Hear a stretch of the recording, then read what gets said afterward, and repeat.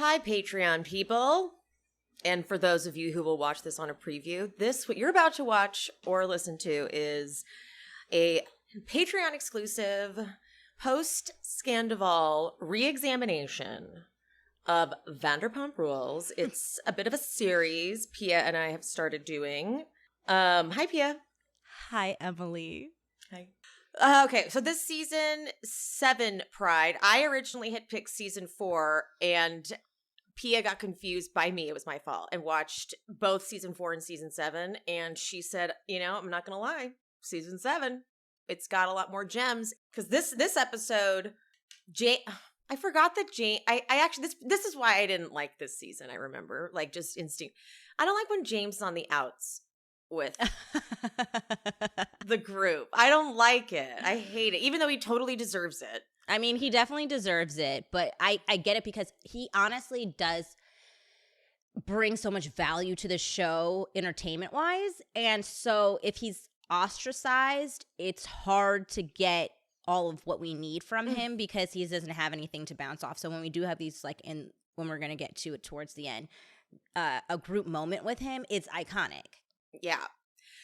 And I get it. None of these guys, like, the people in the group are terrible. They cheat on each other and all that stuff, but they don't, like, insult each other's physical attributes. I'm trying to think of that. I was like, I don't know about that. Like, I gotta think. Do they? Tom Sandoval doesn't. I can't think of anything Schwartz specifically. Would. Schwartz definitely would. That's what I'm saying. Like, I feel like they definitely. I guess Schwartz did say that shit to Lala about her lips. Yeah, but I'm like, we're trying to think of before this moment. Yeah. Like, I'm trying to think of it. I feel like if anything, they would have talked about Sheena for sure. If they did it, right? Yeah. I really don't think that. I just don't think that's not where they go. I don't think that that's their go-to. So it's not, even if they have, and I'm sure somebody can be like, oh, I remember this, but like it's not in the same way James started doing that. That's James's thing. That's first. That's James's calling card. He loves to do that. He did it in this last season with Schwartz, called with his dad bod or whatever he said. Mm-hmm. He likes to go for things that, like, insecurities on people because that's it. He like wants to really hurt them in the moment. And he's honestly been thinking that. Like, and that's what's scary. And that's why, like, when someone busts something out like that, you're like, okay, you didn't just come up with that in this moment. You've been thinking about that. Yeah. I don't like that. Yeah. Previously, James, it was off camera, but James was performing See You Next Tuesday and did the joke. Everybody remember when Jax fucked Faith. I just butchered that, but you can only imagine how great James Kennedy did it. And also his calling card. Also his calling card. Good Yes. call. Good call. But Jax has just proposed, and we're picking up on them getting to the apartment, and we're about to have the surprise party. I really loved the way they did that surprise party opening scene where they have them walking in and it's like, and they freeze them all and they, like, all have their funny faces. And Stassi does this narration of, like, this is how we got here. The smartest part of Stassi's plan was making sure they were liking and commenting on Brittany's photos so that they didn't get suspicious. I know. Stassi's really good at that kind of stuff. She's really good at that. I always found it extremely odd that, like, how quickly, like, Jax and Stassi became best friends. Agreed. Like, to the point where he's asking, this is his, like, long-term girlfriend. Like, this is his last serious girlfriend. Like, you know what I mean? He didn't have any serious girlfriends in between Stassi. Like, you know what I mean? True. And I always found it very, very odd that Stassi was the person to put it together for them. And then I also started thinking about how probably Stassi thought about that when she was getting married to Beau, and how that's probably resonating with her, of, like, how betrayed she feels of them not coming to her fucking wedding. Good call. Oh, meanwhile at Sir, Billy's the one to tell James about Jax proposing. Mm-hmm. And James says, without missing a beat, I think Jax is going to be a great first husband for her. Is that not going with what we've been talking about. Okay, wait, Pia, they don't all know your theory. Oh, right. I forget that Guys, you need to hear. Oh, by the way, Pia's wearing the Bravo is my self-care crop sweater in case anyone was interested in purchasing. It is available on shespeaksbravo.com. Okay, now Pia, tell everyone your theory because I think she's fucking onto something. And this was sparked with seeing Jax buddying up with the Toms and opening up his sports bar. So essentially, my theory is like before we talked about how Jax, we thought he's in his era of like he's retired from villainry, like he's okay with leading the husband and dad life.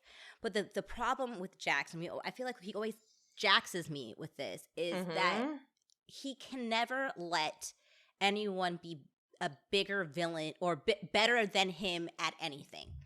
And also, he's not innately good, unfortunately. He's not. He's trying to be, but he's really not. And so Tom getting such, like, notoriety for Scandival and us, like, even saying he's worse than Jax. He's like, he's not. I think that bothered him. I think he tried to suppress it. I think he was, like, trying to put it down because he's like, I'm okay with being, good Jax. And he went on the Team Ariana bandwagon talking all this shit. And I think he was like, I think that bothered him. It's just festering at him. He's like, I can't let Tom be the bigger villain than me.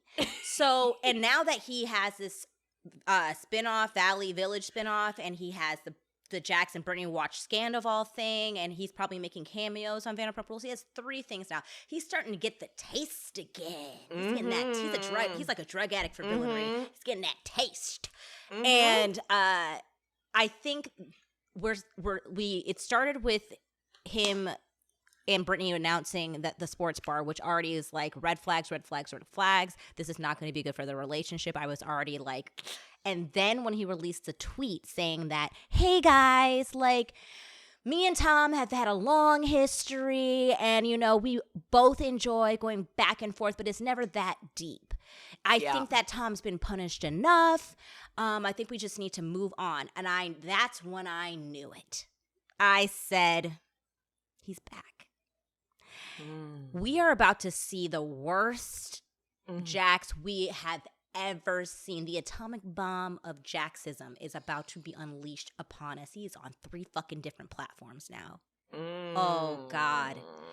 Oh, God. The genie is out of the bottle. And I predict that Brittany and Jax will either be separated or divorced within a year. Okay. You heard it here first, folks. It is incredibly, the red flag isn't even the right word for it. It is such a problem that he's opening up a sports bar. Yeah. It's such a problem. If it even actually opens, because again, exactly. Jax, I actually ended up watching the next episode after this. It's hard not to. It is hard not to because it was really good.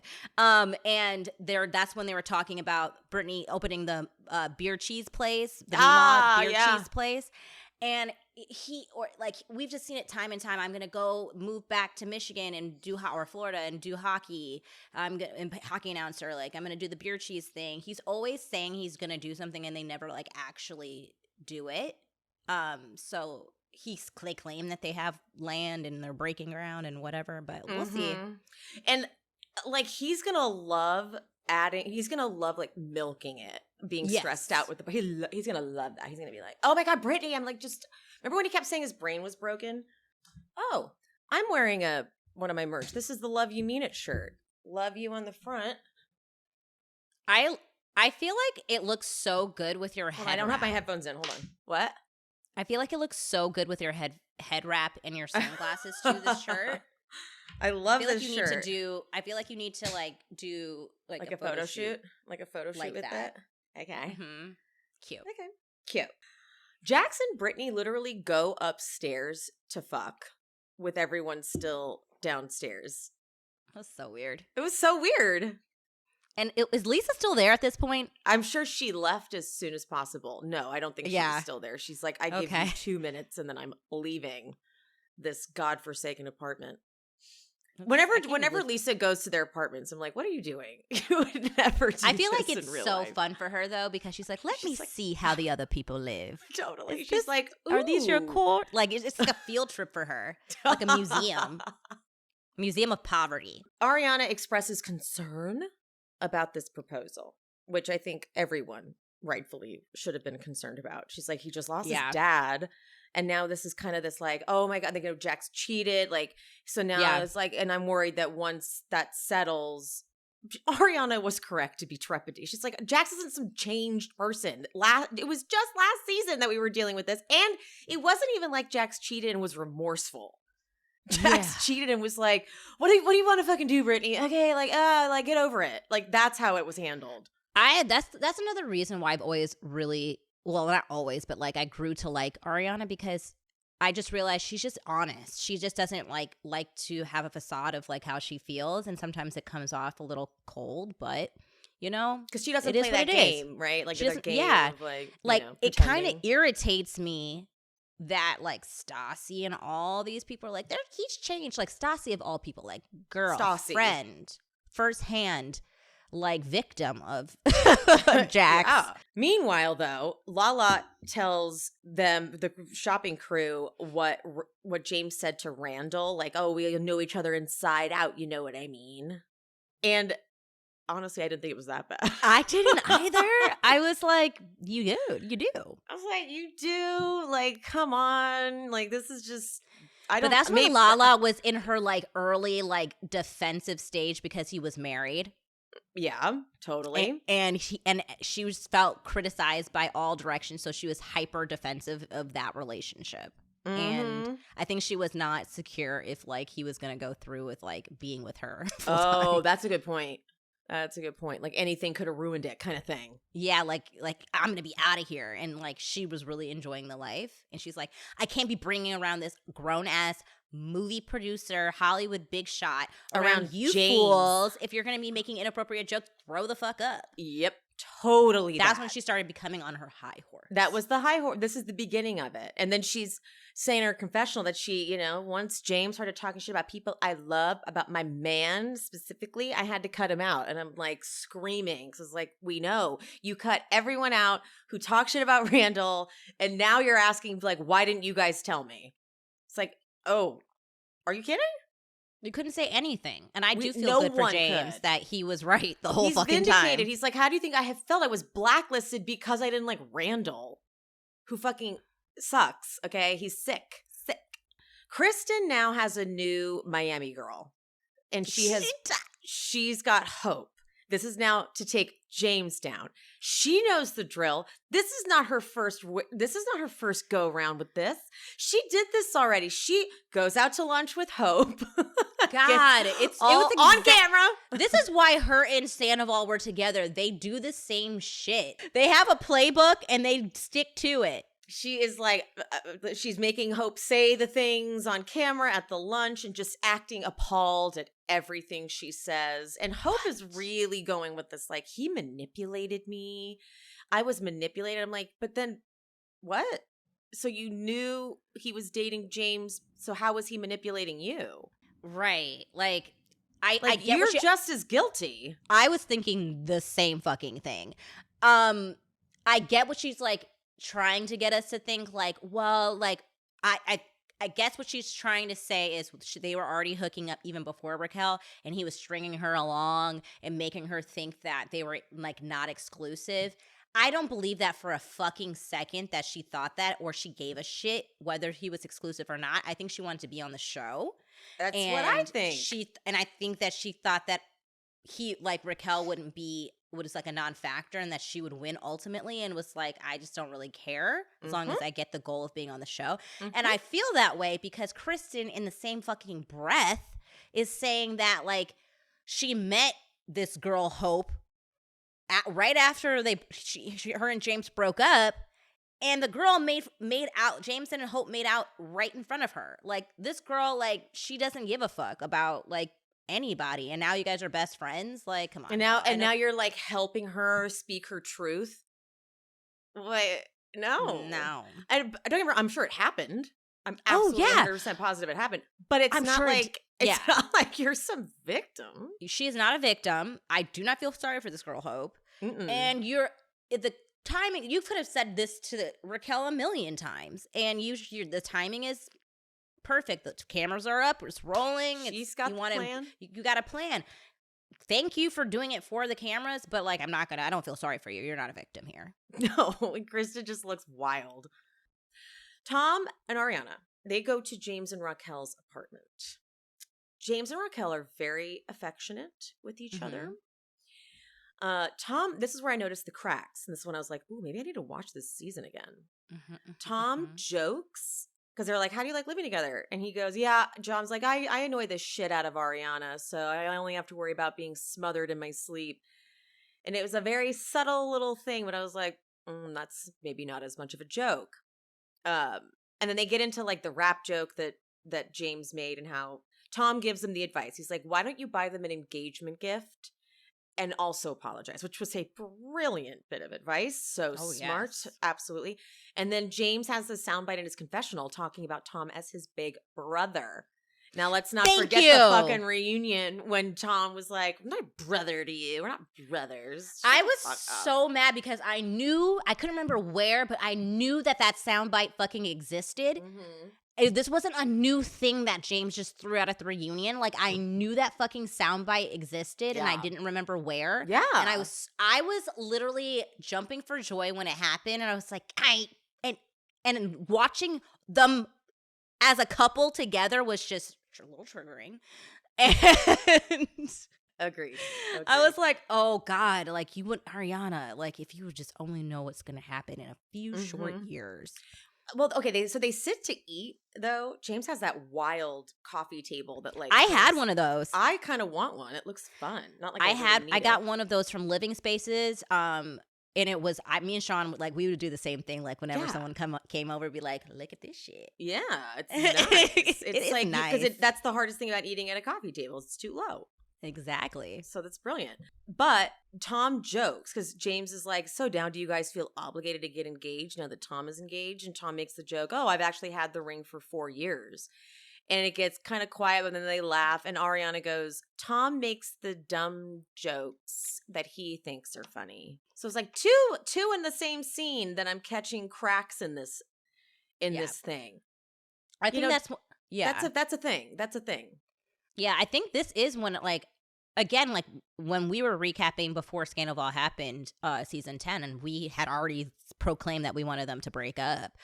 And it's because it's like little things like this. We might not remember like the nuancy, like, things of past seasons, but we do remember there were visible cracks, which is why it also is like, Tom, I don't think that any of us thought your relationship was perfect. So I don't know why you're like, oh, we were Ariana made me hide it for camera. I was like, oh, I don't think y'all were really hiding anything. Yeah, no, we're all pretty aware that, like, you weren't the most perfect couple. What was more obvious to me was that, like, Ariana wasn't being honest about, like, does she even like Tom? Because right, I don't think that she did. I don't think she did either. And like that, I got stuck in a relationship like that where I was like, I don't even like this person, but like, you stay in it for whatever the reason is. Right. And I think the thing is, like, I think that she loved Tom? I absolutely do. Until the day they broke up, she probably still does. Like, you can't, even if you're mad at someone, you can't necessarily like turn it off. But I don't think she was in love. I don't think she was in love with Tom, and I do think that they should have broken up. I just still don't think that justifies the way Tom went about it. You know, like, I think that they should have broken up and had a real conversation, and then, you know, went their separate ways. Realizing now that they couldn't have had a real conversation, because then Tom, he'd like to feel needed by her. But I think deep down it's because he knew, like, I don't even think she really likes me. I'm not that smart. I'm not that funny. I'm not, like, he knows that he's all those things. Well, he's a narcissist. Maybe he doesn't know. But I feel like, he doesn't know. It's so weird. Like, he thinks he's good at all this shit. Yeah, and I think I think that is why he became resentful towards Ariana, because it was like, everyone else like, laughs at why my shit. Doesn't she know? And again, Raquel giving him that validation that he's like, that he felt he deserved. And Ariana not doing that anymore like she did in the beginning made him, like, I almost feel like, want to punish Ariana. And the way that he did with Kristen. Yeah. he can't end when he ends relationships, he can't do like a mutual let's discuss what happened in the relationship kind of thing. It needs to be like, you're the bad guy, Ariana. Yeah. Kristen, yes. Whoever. You know what I mean? Like, you fucked up. Because if it's just a sit down mutual conversation, then he'll have to hear where maybe he's not perfect. I don't know. Like, it needs to be. I agree. It was such a stretch too that he tried in season 10 to make Ariana look like the bad guy. It was like such a stretch that he was pulling out like, I buy paper towels and the toilet paper and the pens. It's like, that's all you got? James is drunk before Pride even starts, by the way. Like, he's like already wasted and his hair is like all curly and crazy in the front. That's never good if you have to still like work, like to go in wasted. That's not gonna end well. And they do a whole montage of him drinking everything in sight, like just like a boom, boom, one after the next. And he's not even I don't think he's being consistent with what he's drinking either, which is dangerous. But then like the party is going, Sheena sings Good as Gold, and then James gets on the bar to do Top Man. And as that's happening, Kristen and Hope are scaling the gate to get into the back, to go through the back of Surrey, because Kristen has this whole thing mapped out in her head of how it's going to go down. She's like, we could go in the front, but then James will see us. I'm like, Jesus Christ. It's so, I mean, I was just getting like flashbacks of how she did this to Tom. Like, she really thinks it out because she's like, no. She thinks of all the possible things. Yeah, she's like, if I go through the front, he's going to bolt through the back. Mm-hmm. I need to corner him. He can't escape me. And she's also trying to learn from past mistakes of how Tom escaped her. And yeah. So then James and Tom talk in the alley. James calls them all allegations, to which Tom finally goes, I don't know, there are a lot of allegations. But then Kristen and Hope walk over. Kristen looks like such a joke here. This was her weakest point. This didn't make any sense. She walks up and she goes, why is he here? He needs to go. It's like, Kristen, did you get a drink yet? Because you seem drunk right now. Why are you here? And then so James walks away and Tom is like, what are you talking about? He works here. Like, he's DJing.